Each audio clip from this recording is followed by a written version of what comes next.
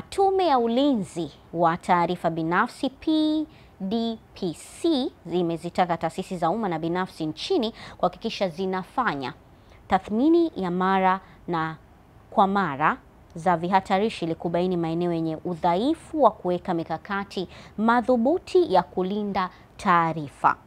Mwandishi wetu Gladness Kawero anatujuza zaidi kuhusiana na taarifa hii.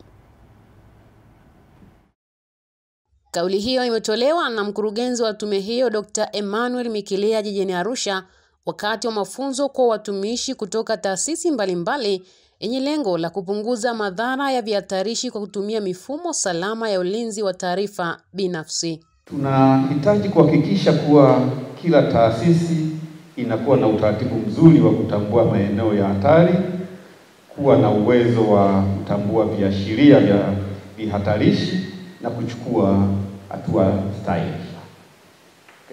Kiusalama huaga tunasema tunakuwa proactive. Kuwa proactive maana yake tunavitambua vihatarishi kabla havijatokea. Wahimiza wasimamizi wa vihatarishi ambao ni nafikiri kila taasisi inakuwa na watu ambao tunaita risk champions. Moja, kufanya tathmini za mara kwa mara za vihatarishi ambayo hiyo tunaita ni risk assessment ili kubaini udhaifu uliopo na uweke mpango wa udhibiti. Kwa upande wake mkurugenzi wa usajili na uzingatiaji wa tume hiyo mhandisi Stephanie Wangwe amesema utoaji wa mafunzo hayo ni hatua muhimu katika kuisaidia taasisi kuwa na uwezo wa kulinda taarifa binafsi za wateja wao. Taarifa za mtu zinaweza zikampelekea kupata hatari katika sehemu moja au nyingine. Lakini pia katika hizi taasisi mbalimbali, taasisi zinachukua taarifa zetu kwa ajili ya kutuhudumia.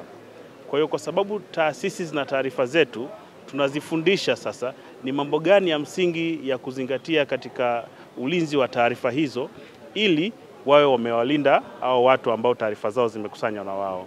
Kwa hiyo tutawafundisha sheria hii ya ulinzi wa taarifa binafsi kwa nini ipo. Tutawafundisha misingi 8 ya ulinzi wa taarifa binafsi, lakini pia tutawafundisha masuala ya ridhaa. Lazima wewe mtu ambaye watu wanatumia taarifa zako utoe ridhaa ya matumizi ya taarifa zako. Lusajo Kibonde ni mmojawapo wa washiriki wa mafunzo hayo. Anasema elimu walioipata itasaidia kuimarisha mifumo ya usalama wa taarifa katika taasisi wanazotoka. Taasisi endapo itakuwa na mfumo mzuri wa usimamizi wa vihatarishi, kwanza itaisaidia taasisi pia kuaminika kwa sababu inakuwa ina wadau wengi ambao wanaitegemea taasisi, lakini pia wadau wa maendeleo. Kwa maana taasisi ambayo ina mfumo mzuri wa usimamizi wa vihatarishi inavutia pia hata wadau wa maendeleo kuja kuwekeza zaidi pesa zao katika shughuli mbalimbali ambazo zinahusiana na taasisi yetu. Mafunzo hayo ni ya siku 3 yanayofanyika mkoani Arusha, yakiwa yamebeba kauli mbiu isemayo faragha ni wajibu wetu. Gladness Kawero, ST Bongo, Arusha. Morning Bantu.